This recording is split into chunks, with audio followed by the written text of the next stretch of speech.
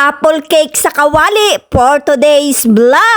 At ayan nga po mga kaprensi, sa 2 piraso laang ng mansanas ay makakagawa na nga po tayo ng makamasarap na cake. At kailangan nga laan po natin dyan ng 2 pirasong itlog. At maglagay nga din po tayo dyan ng half cup na asukal at kaunting asin. At halu-haluin nga laan po natin yan mga kaprensi. At para nga po ay pinong-pino yung ating all-purpose flour ay atin nga pong salain yan. Bali nga po 2 cups all-purpose flour yung ating inilagay dyan. At naglagay nga din po tayo dyan ng 1 kutsarang vanilla at saka po ay baking powder. Naglagay nga din po tayo ng ganyang karami na star margarine. Bali nga po 1½ cup na ibap na milk ang ating inilagay dyan at atin na nga po yung halu-haluin hanggang sa siya ay lumapot. Napakadali nga laan po na rin gawin mga kaprensi at kahit nga po tayo ay walang oven ay pwede nga po tayong magluto ng apple cake. Ay sabi ko naman po sa inyo, pagka gusto ay laging may paraan. Pag ganyan na nga po kalayot ay ano ba gayan, nauutal na nga ni. Ay pag gayon na nga po kalapot ay itabi nga po muna natin at tayo naman po ay maghahiwa-hiwa na ring mansanas. Bali nga po mga kaprensi ay 2 pirasong mansanas laang yung ating agawin dyan. Ay hindi na nga po natin yan abalatan at sayang naman po yung balat, laman tiyan din naman yan. Ay pero nga po yung kanyang buto at saka po yung pinakambutod ay tinanggal natin at yun nga po ay matigas. At hiwa-hiwain na nga po natin yan ng maliliit na ganyan nga po kalalaki. At pwede nga rin po tayo mga kaprensing gumamit ng mansanas na pula. Ay sabi ko naman po sa inyo, basta kayo ang makain at kayo ang magaluto, abay syempre kayo ang masusunod. Ihalo na nga po natin yan dito sa ating ginawa kanina. At haluin nga laan po natin yang mabuti para nga po ay maghiwa-hiwala yung ating nilagay na mansanas. Ay sabi ko na nga ni at walang forever. Ay hahaw. At pahiran naman po natin ng star margarine yung ating apagtakaan hanggang sa gilid. Para nga ni po yan pag naluto mamaya ay hindi madikit. At lagyan din po uli natin ng paper wax sa ilalim ay nako ay awang kula ang pagkaari ay dumikit pa. At ilagay na nga po natin yung ating apple cake. Saktong-sakto nga laan po yung ating ginawa at yung isang lianera ay ayos na ayos na. At habang inagawa nga po natin ari kanina ay tayo nga po ay nagpainit na ng ating oven. Ayaan po man din naman ang ating pangmalakasang oven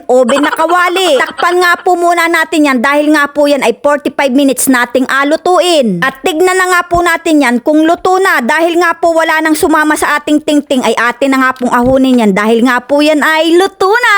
Tanggalin na nga po natin yung ating nilagay na paper wax dyan kanina ay talaga naman pong kaganda ng ating pagkakaluto at hindi siya dumikit. Ibaga nga nipot kahit wala tayong oven at kawali laang ay makakaluto pa rin tayo ng makamasarap na cake. Ay anong lambot po pati ng ating pagkakaluto. Kaya naman mga kaprensi, ano pang inaintay natin dyan? Sakmala na! Ay kasarap po man din naman na rin pang merienda o kaya ay pang almusal tapos ay samahan pa ng masarap na kape. Kaya naman mga kaprensi, kung naibigan nyo nga po aring video yung ari pa like and share na laan po. Maraming salamat!